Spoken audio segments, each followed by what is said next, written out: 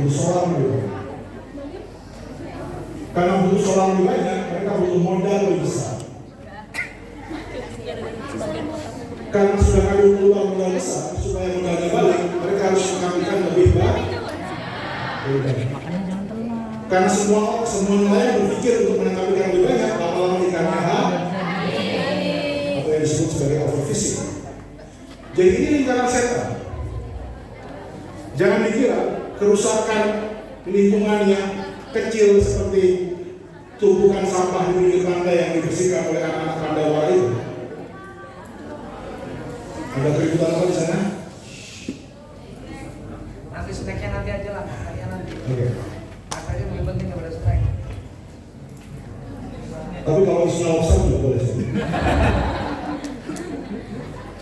Jadi kalau sudah habis yang lobster, kehilangan kesempatan dan materi. Jadi masalah lingkungan kecil, bukan kecil sebenarnya, tapi katakanlah tumpukan sampah di pinggir pantai, di mana plastik-plastik itu akan menjadi mikroplastik dalam ukuran 5 mm. Lalu mikroplastik itu akan masuk ke dalam perut ikan atau bahkan dimakan plankton menjadi nanoplastik. Lalu ikan itu akan kita makan dan menimbulkan masalah kesehatan. Kalau kita tertelan mikroplastik, teman-teman nanti nonton film Pulau Plastik yang saya bikin ada di Netflix. Kalau mikroplastik masuk ke dalam tubuh kita, itu akan mempengaruhi yang disebut endocrine chemical, sistem kimia endokrin kita. Dalam penelitian Ekoton, sebuah lembaga penelitian tentang sungai di Gresik, Jawa Timur, mereka meneliti sungai-sungai di Kaliberantas mengalami peran seksual. Jadi banyak betinanya, sama kayak gini, banyak betinanya daripada jantannya. Ini ciri-ciri masyarakat kebanyakan mikroplastik. Jadi ikan-ikan mengalami peran seksual dan mereka menjadi lebih feminin karena mikroplastik mempengaruhi hormon endokrin mereka. Jadi mungkin 20-30 tahun lagi kita tidak lagi bicara LGBT sebagai wilayah moral. Jangan-jangan dia sudah full menjadi urusan perubahan hormon dan masalah lingkungan. Karena penelitian pada ikan, baru penelitian pada ikan di Sungai Berantas yang dalam mulai kotor membuktikan itu. Karena kandungan mikroplastik di Sungai Berantas sangat tinggi, tertinggi di antara sungai-sungai lain. Tentu setelah Citarum ya. Kami kemarin melakukan ekspedisi 3 sungai untuk membuktikan itu juga. Jadi urusan sampah seperti yang diurus kawan-kawan Pandawara itu, apresiasi untuk mereka.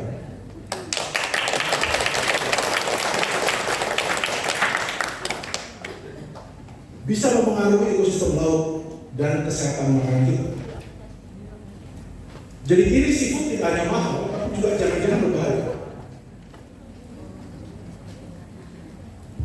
Next.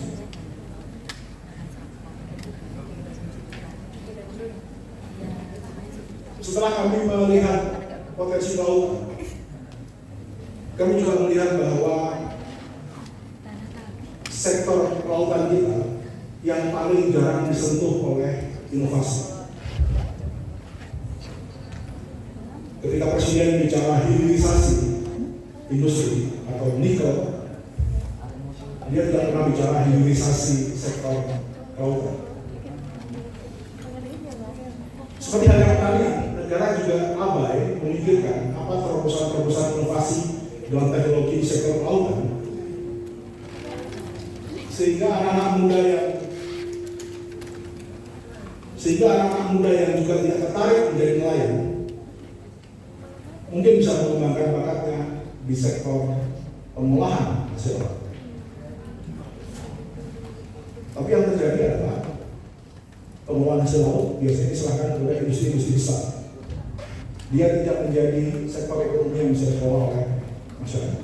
Jadi masyarakat hanya berhenti pada ekonomi tangkap, lalu pengolahannya diserahkan kepada industri. Sehingga ekonomi masyarakat yang tertakar sampai di situ, sampai di penangkapan. Jadi terobosan itu yang tidak kami lihat.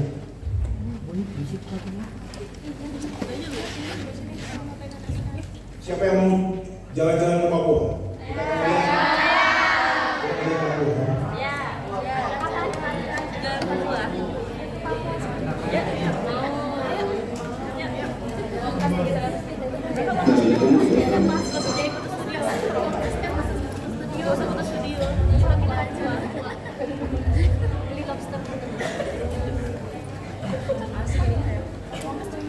Ini kita udah ketemu di kota. Keren.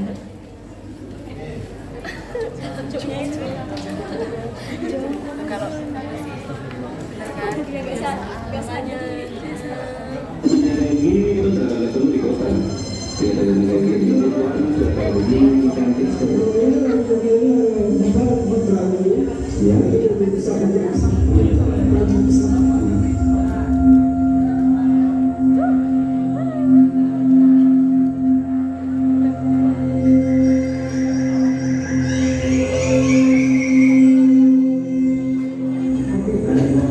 Ya.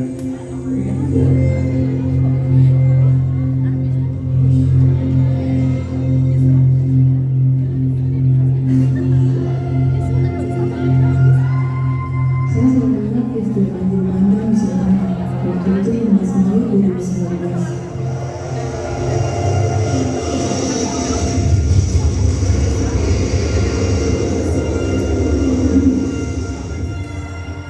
Sementara Jenderal Penegakan Hukum Kementerian Infrastruktur dan Kehutanan akan 384 kontainer berisi kayu ilegal.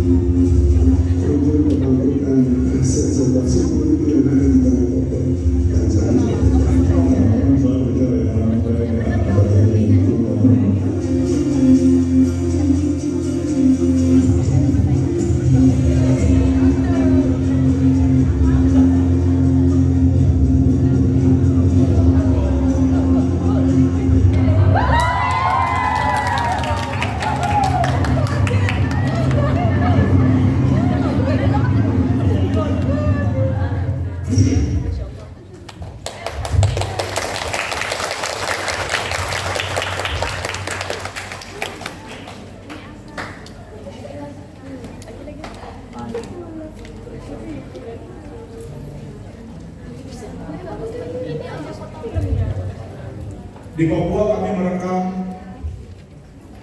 tentang banyak hal di sana. Tentu teman-teman mendengar ada konflik politik, tapi Papua juga seperti daerah lain di Indonesia, mereka menghadapi kehancuran alam yang luar biasa. Kayu-kayu ditebang untuk dibawa ke Makassar dan Surabaya. Habitat kakak tua punah, cendrawasih dan semua kekayaan mereka. Sementara Papua adalah tempat hutan terakhir.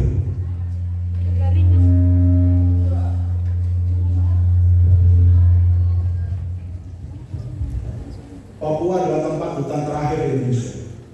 Kalau teman-teman berjalan dari Lampung ke Aceh, entah lewat jalur timur atau jalur barat, teman-teman melihat Sumatera ya sudah seperti kota yang besar. Teman-teman tidak akan lewat hutan dan tinggal hutan daerah. Sebagian besar sawit, perkampungan, kota. Sawit, perkampungan, kota. Itu yang akan teman-teman temui sepanjang perjalanan ke Aceh. Kalau teman-teman naik motor suatu saat tadi dari Pontianak ke Samarinda, Kalimantan, 2.120 km. Teman-teman juga akan melihat hal yang sama. Hutan Kalimantan yang sering kita tonton di film-film dokumenter atau di foto-foto yang keren itu, mungkin hanya di sekitar Kalimantan Tengah dan berbatasan Kalimantan Barat. Selebihnya teman-teman akan melihat sawit, batu bara, sawit, batu bara. Sulawesi sedang mengalami hal yang sama. Kalau naik motor dari Makassar menuju Manado lewat Palu, atau dari Manado turun lagi lewat Poso sampai di Kendari, Sulawesi Tenggara, masih ada hutan di beberapa bagian di Sulawesi Tengah dan Sulawesi Tenggara, tetapi selebihnya sudah menjadi persawahan atau tambang nikel di Sulawesi Tenggara. Jadi Papua ini adalah satu-satunya pulau besar yang memiliki hutan, seperti di kalender-kalender dan film-film dokumenter yang sering ditonton. Tinggal Papua. Dari sekian banyak 17.000 pulau dan mungkin 6 pulau besar di Indonesia, tinggal Papua yang memiliki hutan. Nah, justru karena dia tinggal satu-satunya yang memiliki hutan, semua investasi dikerahkan ke Papua. Dan ketika orang-orang di Papua merasa datangnya investasi mengganggu kehidupan mereka, seperti halnya Rempang, seperti halnya Seruyan kemarin di Kalimantan, ditambah mereka memiliki sejarah politik yang berbeda dengan Rempang atau Kalimantan, maka terjadilah apa yang disebut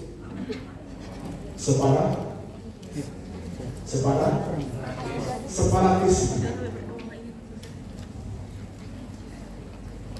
Jadi apa yang membedakan Rempang, Seruyan kemarin di Kalimantan atau Papua? Yang membedakan sejarah politiknya saja.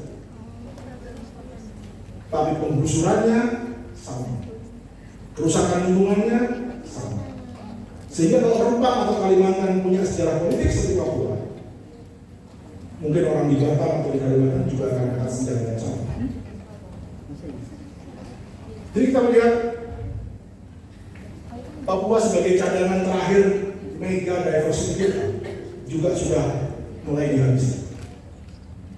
Indonesia ini punya 30.000 jenis tanaman yang berbunga. Dan tadi 8.500 jenis ikan. Dan itu adalah kekuatan kita. Kekayaan kita itu bukan emas atau bukan berlian, tapi kekayaan kita itu justru adalah keanekaragaman. Teman-teman mungkin tidak merasakan keanekaragaman itu penting, karena sebenarnya nggak sadar juga apa itu keanekaragaman dan apa yang sudah hilang. Kita tes ya, seberapa teman-teman sebenarnya hidup tidak berada. Tadi kan sudah pertanyaan, makanya nggak pernah lobster, jarang terpikir, dan sebulan terakhir nggak makan sirup. Jadi menunya apa? Tanggung. Kita lihat ya, ayam geprek. Ayam geprek tinggi yang mau. Oke, dominan. Pecel lele. Mayoritas kedua.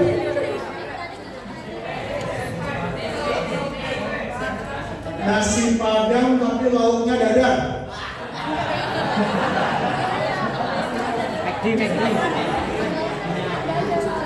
Coba kita tes. Nasi Padang lauknya kunjang.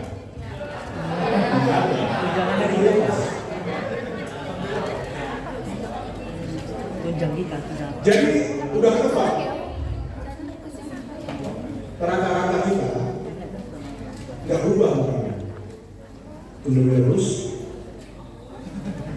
ayam geprek, pecel lele, nasi Padang lauk dadar atau padang, which is karbo. Kalau lagi tanggal muda baru soto kah, sate kah, tapi jangan banget, betul? Apa yang mau saya katakan? Semiskin itu pada akhirnya kita dalam hal pilihan protein atau sumber makanan. Karena apa? Karena kita sudah menukar itu semua dengan uang, dengan ekonomi uang.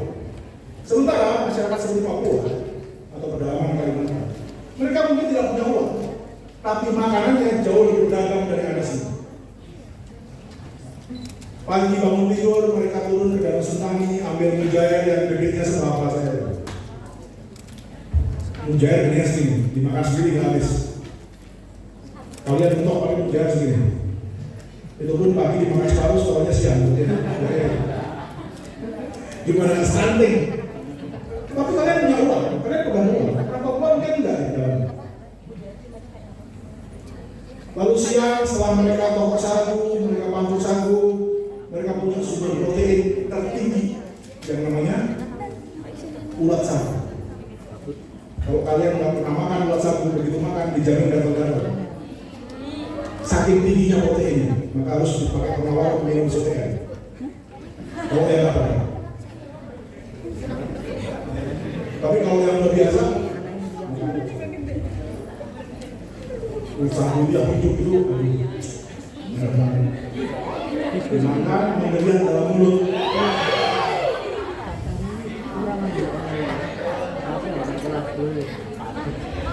Jadi itu manusia. Sore hari kalau lagi nasib baik, mereka bisa makan protein hewan yang lain, babi hasil buruan, atau saham. Saham itu kambing. Atau kadang-kadang menonton kasur lagi. Kalau kasur itu di dadar, satu kambingnya nggak habis. Segede itu. Tapi mungkin nggak ada uang, nggak ada koneksi internet 4G. Tapi pengalaman hidupnya lebih kaya daripada kita yang pagi ayam geprek, siang Indomie rebus, malam pecel lele, bangun pagi besok nasi sama telur dadar, siangnya nasi padang lauk telur dadar, malamnya ayam crispy atau nasi goreng. Bagi mereka yang menikmati kekayaan alam sebanyak itu, hidup kalian ini membosankan dan memprihatinkan. Kok bisa ya hidup cuma sekali makanannya yang geprek aja? Kok bisa ya hidup cuma sekali nasi goreng 12.000, 10.000 aja? Jadi dari sudut pandang mereka kasihan dengan kita. Makan ikan asin kecil-kecil, makan ikan sungai kecil-kecil, sementara ikan mereka sudah gede gambreng. Tapi kalian punya uang, kalian punya QRIS. Jadi itu pertukaran dalam pembangunan. Orang Sumatera sudah dihabisi kekayaan alamnya, tapi dibikin kaya secara uang. Orang Papua sedang diajak meniru orang Sumatera atau orang Jawa. Sehingga entah apakah mereka kemudian akan kalah juga seperti kita yang makan ayam geprek dan pecel lele ukuran kecil-kecil tadi, atau mereka dalam pertarungan ini akan lebih lama bertahan. Itu kalau teman-teman ingin membayangkan keragaman Pak, apa itu biodiversity, seberapa itu hal yang sangat berharga. Siapa yang pernah makan gandum? Gandum. Roti Indomie itu gandum. Siapa yang pernah? Semua. Apakah gandum tumbuh di Indonesia? Ya. Dari mana gandum? Dari Australia, dari Brasil, dari Amerika. Anda makan sesuatu yang bahkan nggak tumbuh di tanah ini sendiri. Siapa yang pernah makan sagu? Sagu. Siapa yang pernah makan sagu? 1, 2, 3, 4, 5, 6, 7, 8, 9, 10. Bayangkan apa yang salah dengan keragaman hayati itu. Di ruangan ini saja lebih banyak orang lebih bisa makan gandum yang tak tumbuh di Indonesia daripada makan sagu yang justru tumbuh di Indonesia. Dari sektor luar negeri. Ini ekonomi yang benar nggak kayak gini? Ada yang salah? Atau ini kita anggap normal? Jadi kita sudah kehilangan banyak keragaman hayati, ditukar dengan ekonomi uang, ditukar dengan iPhone 14, ditukar dengan laptop, ditukar dengan koneksi internet, ditukar dengan Netflix dan lain-lain. Tidak ada yang salah dengan barang-barang itu semua. Kegagalan kita adalah menjaga keseimbangan. ketika yang satu overdosis, jadi itu akan membuat yang lain defisit. Keseimbangan ini yang sebenarnya dalam semua teori ekonomi sebenarnya ini dicapai. Keindahan ekonomi adalah titik equilibrium. Ini yang fokus ekonomi. Titik equilibrium itu tidak hanya soal ekonomi harusnya. Kalau ilmu ekonomi konsisten, equilibrium itu juga mencakup soal spiritual, kebahagiaan individu, keragaman hayati. Itu equilibrium yang benar, bukan cuma equilibrium neraca rupiah bayar seimbang. Bukan cuma equilibrium dalam arti pasar bisa bergerak dengan sempurna karena ada supply demand yang seimbang. Bukan hanya peredaran uang seimbang dengan pertumbuhan ekonomi dan daya beli masyarakat. Equilibrium ekonomi itu equilibrium yang sangat egois, yang cuma berpikir sektornya saja. Nah, pangan kita sudah banyak yang hilang, sehingga kita sekarang hanya mengenal 4 pangan saja, yang juga impor semua.